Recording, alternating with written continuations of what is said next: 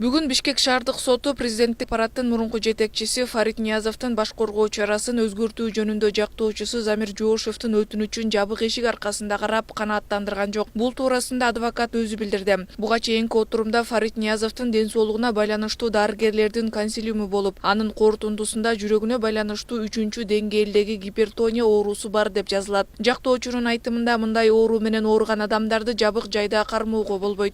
Консилиум врачей өзүнүн корутундусунда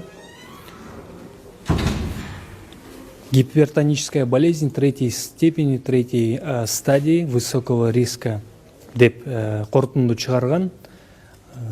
Өкмөт тарабынан бекитилген ушул перечень тяжелых заболеваний бар, оорулардын тизмеси бар. Ал тизмеге ошол гипертоническая болезнь третьей степени, третьей степени кирет.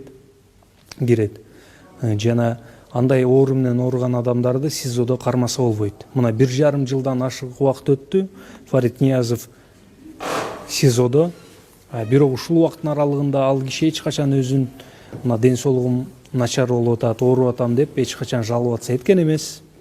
Жазык процесстик кодекстин 11-беренесинин 3-пунктунда бөгөт коюу чарасы катары камакка алуу, тандалып алынган адамды, ошондой эле кылмыш же жорук жасоодо шектүү болуп кармалган адамды камакта кармоо, анын өмүрүнө, ден соолугуна коркунуч келтирбей турган шартта жүзөөгө ашырылууга тийиш деп жазылат. Бирок бул мыйзам аткарылбай жатат, дейт жактоочу Замир Жоошев. Ошотула деп сотко айтсак, тилекке каршы соттун чечими өзгөрүүсүз калды.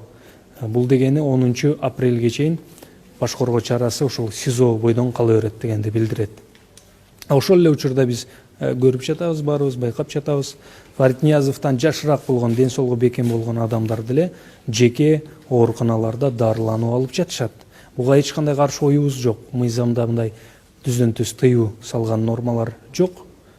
Бирок башкаларга деле бирдей мамиле жасап, кош стандарттуулук көрсөтпөстөн соттук органдар башкаларга деле ошондой шарт түзүп берүүсү керек. Андыктан мыйзамдар баарына бирдей иштеши керектигин кошумчалады. Ал эми соттун бүгүнкү чечимин КСДП партиясынын өкүлү Кундуз Жолдубаева саясий чечим деп баалайт. Болбосо 9-октябрь окуясы боюнча Фарид Ниязов гана кармалып, ал күнү жүргөн саясий күчтөрдүн лидерлеринин баары эркиндикте жүрөт. Андыктан бул көрүнүш бийликтин алсыздыгынан кабар берет, дейт. 9-октябрь боюнча жалгыз Фарид Ниязовду камакта кармап келе жатышат. Ушул иштин өзүнүн козголушу бул акылга сыйбаган иш да. 9-да баарыңар көргөнсүңөр, ушул жерде канча саясий күч жүрдү, канча саясий күчтөрдүн лидерлери жүрдү. Анан келип эле Атамбаевчылар күнөөлүү келип эле мына ошолор камакта отурат да. Биз мындай деп сыпаттайт элек да, бул азыркы Фарид Ниязовго болгон кыймыл аракеттерди. Балким бул бийликтин алсыздыгы эле да. Атамбаевден коркуп жатышат, Фарид Ниязовдон коркуп жатышат, бирок коркконго негиз жок дейт элем да мен.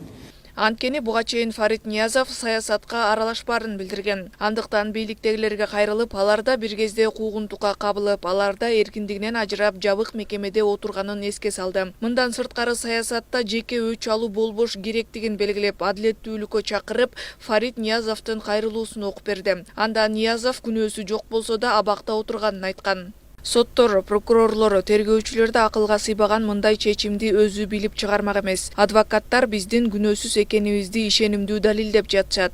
Бирок тергөө мени мыйзамсыз камап, Ала Тоо аянтында 2020-жылдын 9-октябрында болгон митингде адамдарды ур-токмокко алгандарды жана башаламандык уюштургандарды калкалап жатат. 5 ай бою унчуккан жокмун. Маалымат каражаттарына да чыкпадым.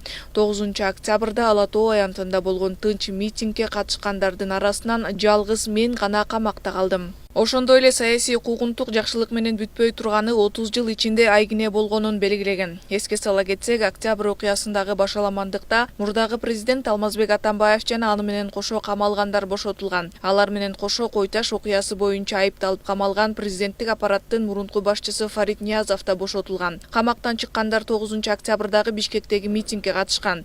Бир нече киши жабыркаган, жаңжал менен аяктаган окуя боюнча милиция кылмыш ишин козгогон.